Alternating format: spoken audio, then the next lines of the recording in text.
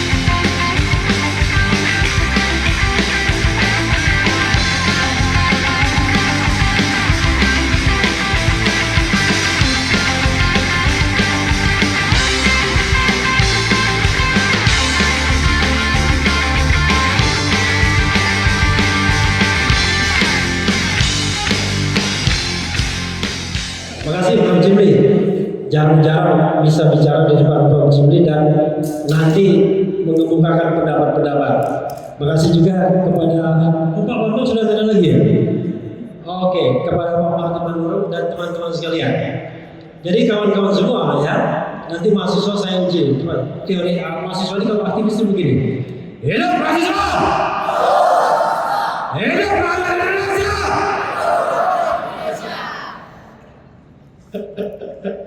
Soalnya di lapangan begitu, Bro. Ya, satu lagi ya. Hidup perempuan Indonesia! Jadi kawan-kawan semua, Prof. Jimli, yang namanya perubahan konstitusi itu dibuat dengan sebuah asumsi. Tetapi asumsi yang dibuat ketika perubahan konstitusi itu ternyata tidak termaterialisasi hingga hari ini. Kita mulai dengan pemilihan presiden secara langsung.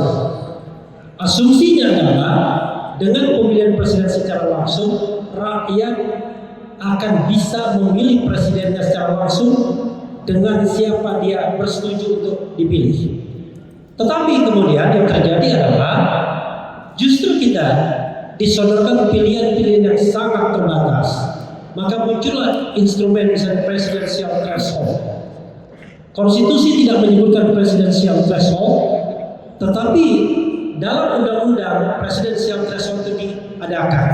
Ketika itu diuji ke Mahkamah Konstitusi, Mahkamah Konstitusi selama puluhan kali mengatakan ini konstitusional. Maka kita balik kepada konstitusi, konstitusi kita ternyata tidak cukup mewadahi aspirasi masyarakat untuk memilih pemimpinnya sendiri. Coba bayangkan, kalau seandainya Nasdem itu tidak melimpir ke tempat lain, maka kemarin lebih dari 80% sudah dikuasai oleh kekuasaan istana, termasuk partainya Pak Bambang Susatyo gabung di sana. Bayangkan, tidak ada yang namanya free and fair competition. Itu satu, asumsi tentang pemilihan langsung. Yang kedua, tentang MPR, Majelis Permusyawaratan Rakyat, secara sadar mendegradasi dirinya tidak lagi sebagai the highest state institutions, tidak lagi sebagai lembaga tertinggi, tapi lembaga negara pada umumnya. MK menyebutnya sebagai organ konstitusi. Tetapi yang terjadi adalah sepanjang masa kepemimpinan MPR oleh ketua MPR manapun selalu ada upaya untuk melakukan revitalisasi atau revitalisasi peran MPR, kalau bisa memberikan hal yang lebih daripada apa yang diamandemenkan. Maka muncullah keinginan untuk misalnya menghidupkan kembali GBHN, yang dalam konteks hari ini Prof. Jimli mengatakan, masa sih kita cuma mengubah GBHN saja untuk perubahan ketatanegaraan kita ke depan. MPR. Lalu kita bicara tentang DPR dan partai politik serta DPD. Semua harus dipilih, all elected by the people. Harapannya adalah masyarakat bisa memilih pemimpin-pemimpinnya, wakil-wakil rakyatnya, dan tidak lagi dipilihkan oleh kekuatan kartel dan oligarki politik. Ketika ada utusan golongan, utusan daerah, orang mengeluh karena P3, putra putri presiden, putra putri pejabat. Maka all elected. Tapi yang terjadi, ibu-ibu dan bapak-bapak sekalian, kita tidak mendapatkan wakil-wakil rakyat, tidak hanya yang tidak kompeten, tetapi juga mendapatkan kekuasaan dengan cara manipulatif. Maka kemudian politik itu menjadi sangat mahal sekali. Saya mengusulkan kita mendiskusikan bagaimana memudahkan dan memurahkan politik. Kalau politik itu mahal, maka tidak akan ada orang yang komited, orang yang punya komitmen untuk berkompetisi dalam politik. Dan saya bergerak lagi ke Mahkamah Konstitusi. Mahkamah Konstitusi diharapkan sebagai the guardian of the Constitution, sebagai penjaga konstitusi. Awal-awal baik, tetapi kemudian terjerembab juga pada praktek korupsi dan nepotisme. Ada fenomena Akil Mukhtar, ada fenomena Afsar Sanusi, ada fenomena Patrialis Akbar, ada fenomena putusan 90 Gibran Rakabuming Raka. Maka kemudian kepercayaan publik terhadap Mahkamah Konstitusi up and down. Pada sampai titik terendah, pernah Mahkamah Konstitusi itu dikacaukan oleh pilkada, pendukung pilkada di sebuah daerah di timur sana menaiki meja, hakim konstitusi harus menghentikan sidang, kabur ke belakang. You can imagine bagaimana bisa Mahkamah Konstitusi yang harus kita hormati seharusnya tiba-tiba diperlakukan seperti itu. Komisi Yudisial dibangun dengan asumsi bahwa hakim-hakim itu akan menjadi hakim yang jujur dan berintegritas. Tapi tidak terjadi. Yang terjadi adalah rebutan kepemimpinan di Komisi Yudisial. Calon ada salah satunya. Maka kemudian lembaga-lembaga yang ada hasil konstitusi tidak memberikan harapan pada rakyat. Maka kemudian kita sampai pada suatu titik kebimbangan, persimpangan. Maka persimpangan itu sudah dikatakan B. Fitri tadi dibagi tiga. Satu, ada orang seperti Pak Hatta Taliban kembali saja kepada Undang-Undang Dasar 1945 yang asli katanya. Berarti sekarang yang palsu. Yang kedua, mereka mengatakan, terutama yang terlibat dalam perubahan konstitusi yang ada sudah memadai, sudah adequate. Karena itu cukup perubahan di tingkat undang-undang. Tapi yang ketiga, kalangan kampus mengatakan kita perlu lakukan evaluasi menyeluruh. Pak Jibli mengatakan sudah 25 tahun perubahan konstitusi, saatnya kita melakukan evaluasi. Dan ibu-ibu dan bapak-bapak sekalian, sejak awal sebenarnya ide untuk mengubah konstitusi lagi itu sudah terjadi. Ingat enggak? Proses amandemen konstitusi itu 1999 2002. Tapi 2003 sudah dibentuk komisi konstitusi, Constitutional Commission. Anggotanya ada Pak Taufik kalau tidak salah ya. Itu menunjukkan bahwa ada kesadaran bahwa dari awal memang ada kekurangan-kekurangan, ada kecacatan-kecacatan ketika konstitusi 2002 ini kemudian kita adopsi dan kemudian kita lakukan atau kita praktikkan dalam praktik ketatanegaraan kita. Tetapi kalau saya disuruh berposisi, saya mengatakan bahwa perubahan itu sesuatu yang barangkali harus kita lakukan. Saya terus terang tidak setuju kembali pada Undang-Undang Dasar 1945 dan tapi juga tidak berpikir bahwa konstitusi sekarang sudah memadai. Perubahan konstitusi dengan kepala dingin, dengan keinginan yang memang untuk memperbaiki ketatanegaraan kita, saya kira hal yang barangkali perlu kita pikirkan.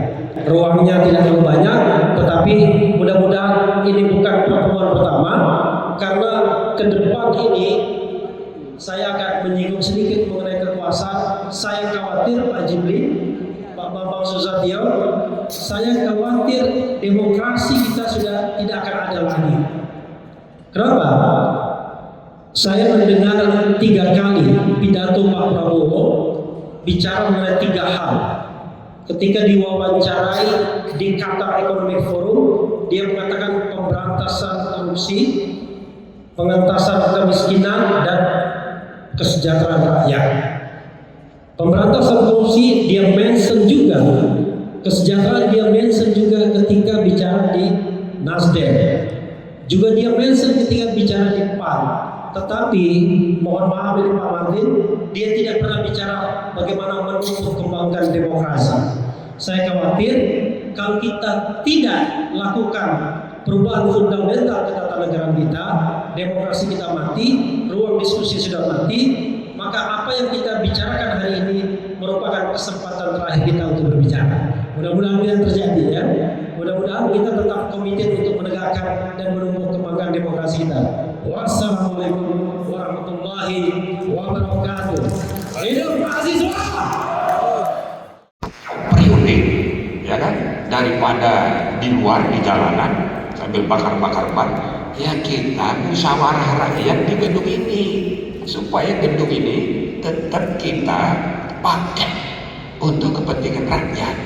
Sebab nanti yang demo nggak mungkin dipenajamkan orang. Yang demo itu nggak bisa di sana, kejauhan pula, ongkosnya berapa. Jadi demonya di Jakarta. Nah, sekali lagi daripada demo di jalanan, kita berdebat di ruangan ini, ruangan gedung yang utama itu. Nah, gitu loh.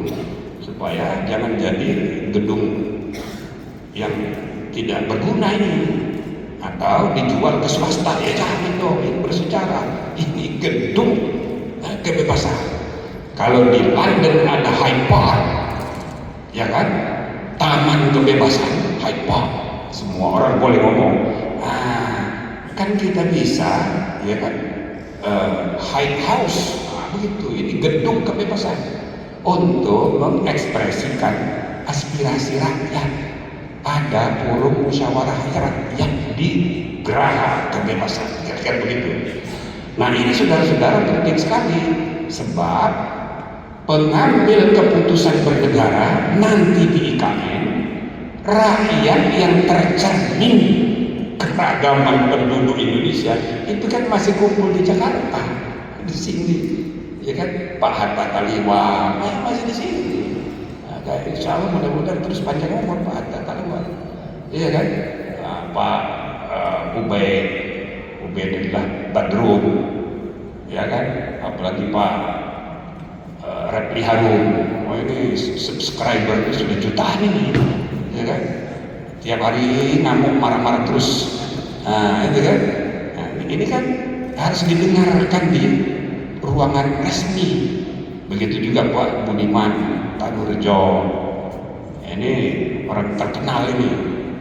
Nah jadi selain berdiskusi di ruang medsos, ya kita juga diskusi, ya kan, dengan menghadirkan para pembuat kebijakan, gitu loh. Sebab di era medsos begini, kita ini makin mengalami segmented dan fragmented pluralisme. Pluralisme kita itu di dalam kotak-kotak grup-grup WA masing-masing. Dan semua orang tidak saling mendengar, kecuali hanya mendengar di internal grup WA-nya sendiri-sendiri. Maka fenomena politik kayak begini bahaya kalau tidak ada forum yang bisa saling mendengar. Jadi Bapak Ibu saudara-saudara sekalian, mudah-mudahan forum aspirasi ini bisa disediakan oleh negara. Harapan saya siapapun nanti menjadi pemimpin negeri ini membuka ruang musyawarah. Perbedaan pendapat Bapak Ibu saudara-saudara ada 3 sebabnya. Satu disebabkan oleh data, informasi. Kalau informasinya berbeda, datanya berbeda, ya nggak ketemu. Tidak mungkin ketemu pendapat kita itu karena datanya beda. Sedangkan zaman sekarang ini yang namanya berita hoax, informasi fake news, 90% di dunia maya kita itu isinya fake news. Lalu bagaimana?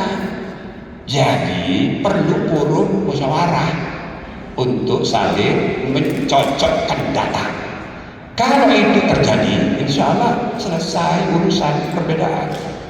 Yang kedua, perbedaan itu terjadi karena sudut pandang, perspektif. Orang yang sedang duduk dalam jabatan sama yang di luar jabatan, atau mantan atau calon pejabat, beda cara pandangnya. Persis seperti, ya kan, gelas berisi versus gelas kosong, setengah kosong setengah berisi, beda, ya, perspektifnya beda.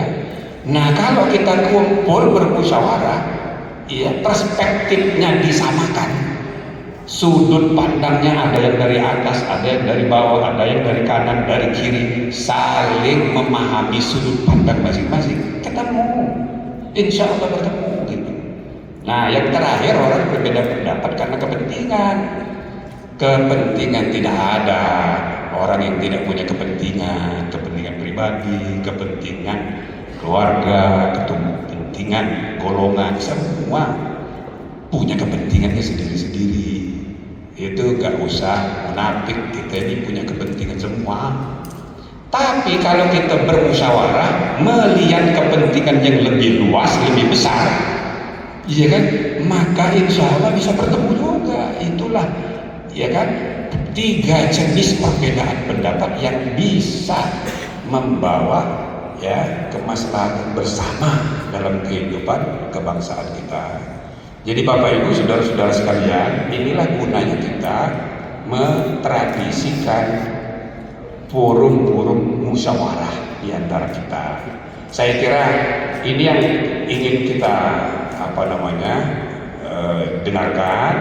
Dan selamat datang Ibu Bivitri Susanti. Ini ahli hukum yang juga sedang top-topnya ini, bertipun, ya, film star. Silakan.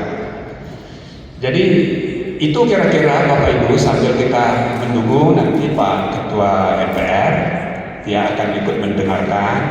Nanti harapannya semua yang kita sampaikan dalam forum ini itu akan nanti oleh Ibu Sekjen dengan tim akan dirumuskan menjadi bahan masukan bagi pimpinan MPR dalam rangka memoles rancangan untuk rekomendasi kepada pimpinan yang akan datang. Karena saudara, momentum untuk perbaikan itu ya sekarang ini. Pertama, masyarakat kita sudah mengalami begitu banyak masalah.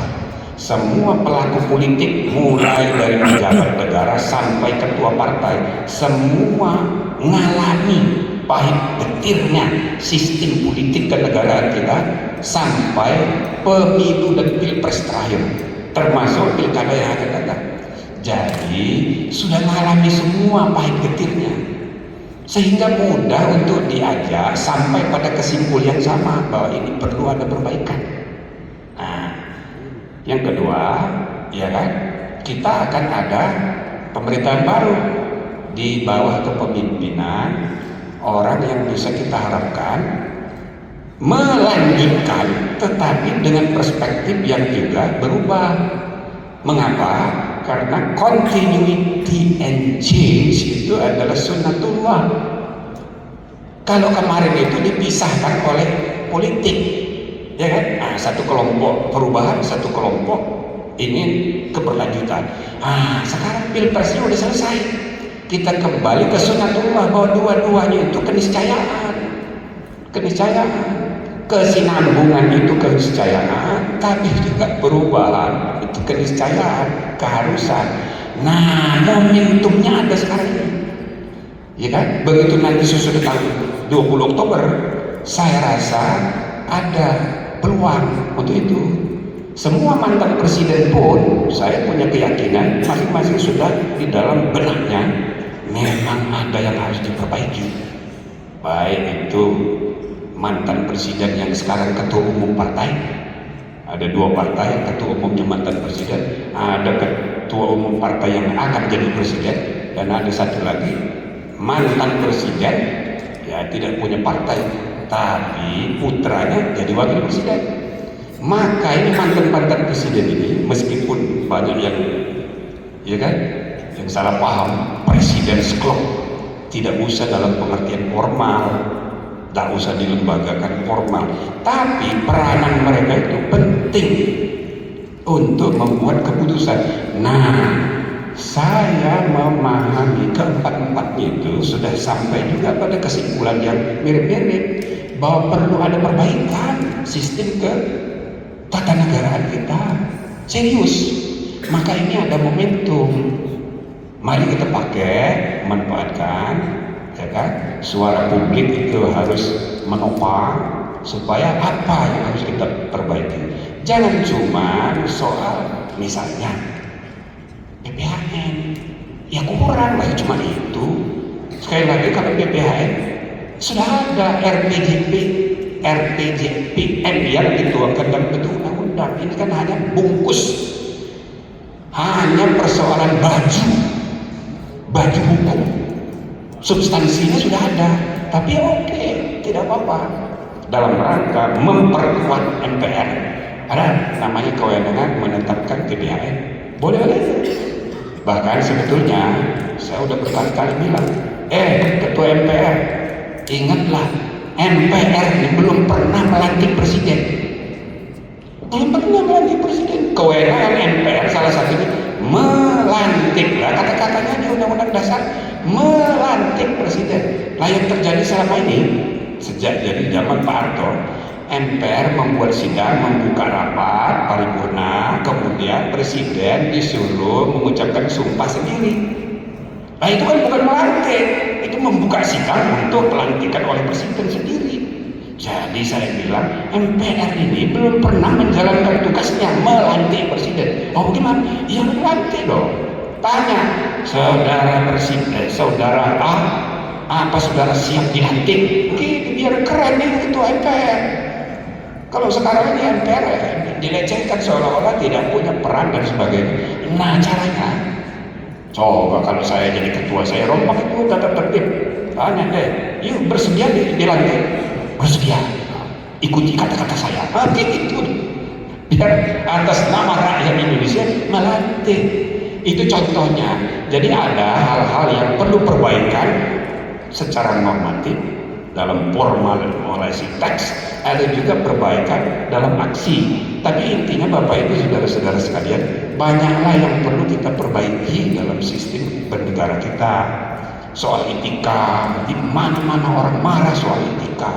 Soal budaya feodal, KKN, korupsi, kolusi, nepotisme, itu TAP nomor 11 tahun 98 itu kan sudah dilupakan, padahal sampai sekarang masih berlaku. Gitu loh. KKN itu termasuk keluarga, ponaan, hubungan darah. Nah, Bapak Ibu saudara-saudara sekalian, kita ingin mendengar saudara pendapat Bapak Ibu sekalian, dan nanti giliran selanjutnya kalau mudah-mudahan waktu masih ada, saudara-saudara mahasiswa itu kita kasih kesempatan juga tanya. Nah, saya cuma jadi moderator aja ya, nanti yang menutup Pak Bambang Susatyo, Bu Sekjen 10.56 kok belum datang dia ya, ini udah pada marah ini bilang. Nah, jadi itu saja sebagai pengantar dari saya. Sekali lagi saya ucapkan terima kasih dari semua perguruan tinggi, dari yang kuning ini UI ya, yang biru WIN, hijau apa? Ya, ada 5 kampus ya. Terima kasih atas. Syukur alhamdulillah puji Tuhan sekarang kita punya tinggal dua, persimpangan jalannya tinggal dua arah. Apa tuh 2 dan 3-nya? Satu adalah pihak-pihak yang menginginkan kita kembali ke UUD 45 yang awal. Saya menolak sebenarnya dibilangnya UUD 45 asli gitu ya, seakan-akan yang sekarang palsu. Padahal kan yang sekarang bukan palsu, tapi UUD 45 naskah awal. Nah, tentu saja saya tidak berada di kelompok yang itu. Kenapa? Karena waktu pendek saya tidak akan menjelaskan terlalu panjang, tapi izinkan saya mengingatkan bahwa salah satu pendiri bangsa kita, Soekarno, bahkan pada bulan Agustus 1945 bilang bahwa UUD 45 pada saat itu adalah UUD 45 yang sifatnya kilat, revolusi Grondwet, dia bilang. Kenapa? Kita baru merdeka, negara baru harus punya konstitusi, tapi konstitusinya sebenarnya kalau dalam bahasa kita sehari-hari itu masih draft, teman-teman. Benar masih draft. Silakan cek risalah sidang BPUPK. Memang belum selesai dibahas, tapi kata Soekarno, oke, ini adalah revolusi Grondwet. Nanti kalau suasana sudah semakin baik, kita akan perbaiki. Jadi memang sudah dicita-citakan ketika itu. Nah, persimpangan yang kedua yang saya kira saya ingin mengajak kawan-kawan semuanya, ibu bapak yang saya hormati, untuk bersyukur, yaitu amandemen yang ingin dilakukan tadinya pada sekarang ini. Syukurlah sekarang agak ditunda sedikit begitu ya, mudah-mudahan. Dan yang ketiga adalah untuk bertahan dengan UUD 45 yang sekarang. Tentu saja ibu bapak, kawan-kawan yang terpelajar, sebagai pembelajar hukum tata negara, saya tidak anti amandemen. Tidak. Tapi saya percaya bahwa setiap perubahan konstitusi itu ada dua hal. Pertama, dari segi substansi, memang ada political opportunity yang membutuhkan perubahan sistem politik besar. Makanya kita punya momentum itu pada 98 yang diikuti dengan amandemen 99 sampai 2002. Di negara lain juga begitu. Dan yang kedua, syaratnya adalah proses yang harus partisipatif secara bermakna. Izinkan saya bercerita sedikit bahwa saking tidak antinya saya dengan amandemen, sesungguhnya tahun 2006 sampai 2008 Prof. Jimli, saya dulu sempat membantu Dewan Perwakilan Daerah. Waktu itu bersama dengan Bang Refli Harun, Prof. Saldi Isra, kami bersembilan waktu itu, anak-anak muda semua, Prof. Kemudian bersama dengan Prof. Yuliandri, ada 9 orang, itu kami menamakan diri kami Panitia 9 waktu itu. Kami membantu membuatkan draft amandemen kelima untuk DPD, tapi singkat cerita waktu itu tidak jadi. Tapi semua naskah akademiknya, kajiannya, pasal-pasalnya masih ada di laptop saya, juga ada kalau misalnya nanti tertarik. Artinya saya hanya menggambarkan bahwa saya tidak anti amandemen, tapi waktu itu ada sebuah situasi yang saya percaya memang mesti didorong untuk perbaikan DPD, itu yang paling utama, tapi juga ada soal-soal lainnya. Nah, kemudian juga waktu itu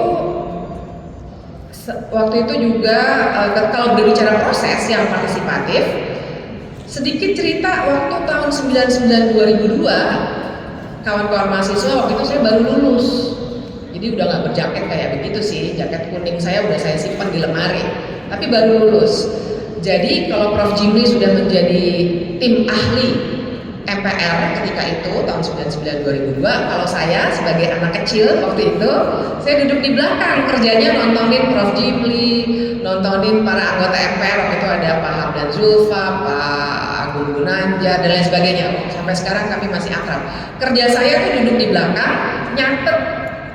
Terus kalau ada bahan yang kurang, saya cariin, terus saya supply. Nah, tapi waktu itu saya sebagai bagian dari koalisi konstitusi baru, yang keinginan kami adalah untuk membuat proses amandemen yang partisipatif. Bahkan waktu itu kami membuatkan kajian dari perbandingan Constitutional Drafting Committee di Thailand, kemudian proses di Filipina, proses di Fiji, proses di banyak negara yang memang akan sangat baik kalau konstitusi itu diubah dengan proses yang sangat partisipatif. Jadi bukan sekedar mengundang dosen, mengundang akademisi, tapi benar-benar mengundang masyarakat adat, mengundang mahasiswa, mengundang petani, mengundang nelayan. Itu yang sebenarnya bisa dilakukan. Kami sudah buatkan kajian perbandingannya. Bisa kalau mau. Nah, karena waktu saya, alarm saya udah nyala sendiri untuk mengingatkan. Poin saya yang kedua adalah, oke, dengan situasi seperti itu, jadi apa yang harus diperbaiki? Amandemen yang sekarang, maksud saya konstitusi, Undang-Undang Dasar 1945 yang sekarang, kalaupun kita nanti harus amandemen, mungkin 3 tahun lagi, 4 tahun lagi, saya nggak tahu lah, kita lihat nanti perkembangan politiknya. Harus saya katakan bahwa UUD 45 yang sekarang ini pun sebenarnya secara kerangka ketatanegaraan sudah baik. Ada Mahkamah Konstitusi, ada pemilihan presiden langsung dan lain sebagainya. Apa yang selama ini salah? Waktu itu ada minggu lalu atau beberapa hari yang lalu saya dalam sebuah diskusi tentang proyek strategis nasional, saya memberikan kritik keras, terus ada yang bilang, kan salahnya Mbak Bibip sendiri karena dulu mendukung amandemen tahun 99-2002. Saya bilang, proyek strategis nasional tidak ada hubungan langsung dengan UUD 45. Yang salah adalah di tingkat undang-undang dan perilaku politikus. Sehingga kalau sekarang pertanyaannya, apakah kita harus betul amandemen untuk memperbaiki sistem ketatanegaraan dan praktik ketatanegaraan? Saya harus tegas mengatakan tidak. Banyak sekali level perbaikan di level undang-undang yang bisa kita lakukan dan di level perilaku politikus. Prof. Jimli selalu mengatakan, ayo kita bikin pengadilan etik. Mari kita diskusikan itu misalnya. Tapi yang juga harus masuk dalam agenda kita adalah reformasi partai politik. Partai politiklah yang menyumbang politikus-politikus yang sekarang sedang kita kritik perilakunya. Mereka yang penyaring untuk pilkada juga nanti, dan seterusnya. Intinya adalah kita sekarang menghadapi situasi politik di mana ada kartel politik di level tengah. Ini kawan saya Robertus Robert, saya mengutip dari dia. Kata dia, elit politik di Indonesia merusak sistem ketatanegaraan di 3 level. Di level atas menciptakan oligarki, di level tengah kartel politik, di level bawah juga terjadi klientelisme. Jadi rusaknya di 3 level. Nah, tapi kartel politik ini cara untuk memecahnya selain melalui undang-undang seperti yang Prof. Jimli sampaikan di buku beliau yang ke-70 kalau saya tidak salah soal benturan kepentingan, tapi di luar itu juga partai politiknya harus direformasi. Nah, terakhir saya ingin minta perhatian semuanya, terutama tentu saja kepada para politikus dan akademisi, kepada Prof. Jimli, kepada Pak Bambang Susatyo, untuk mengingatkan bahwa UUD 1945, karena momentum kita sosialisasi 4 pilar, menganut supremasi konstitusi, bukan lagi supremasi wakil rakyat. Sehingga kalau ada peristiwa seperti 20 Agustus yang lalu, 21 Agustus yang lalu juga, di mana DPR merasa mereka berhak untuk mengembalikan putusan Mahkamah Konstitusi, itu inkonstitusional. Karena konstitusi kita bilang ini supremasi konstitusi, masing-masing lembaga, eksekutif, yudikatif, eksekutif ada perannya. MPR melakukan menjaga konstitusi, the guardian of the constitution, karena UUD 45 mengatur demikian di pasal 24. DPR betul bisa membuat undang-undang, tapi sesuai dengan peran yang diatur dalam konstitusi. Kalau ada putusan MK, ya sesuai konstitusi, dilaksanakan saja, bukan dikembalikan. Nah, ini yang saya kira harus kita ingatkan. Jangan sampai terjadi perusakan-perusakan konstitusi karena ada perasaan yang kita harus kritik secara keras bahwa yang punya hak paling tinggi di negara ini adalah orang-orang yang kita coblos, yaitu wakil rakyat. Tidak, yang paling tinggi di negara ini adalah UUD 1945 dan juga tentu saja Pancasila. Bukan orang per orang, bukan satu saja lembaga, tapi ada checks and balances. Demikian yang bisa saya sampaikan. Terima kasih atas kesempatannya. Assalamualaikum warahmatullahi wabarakatuh.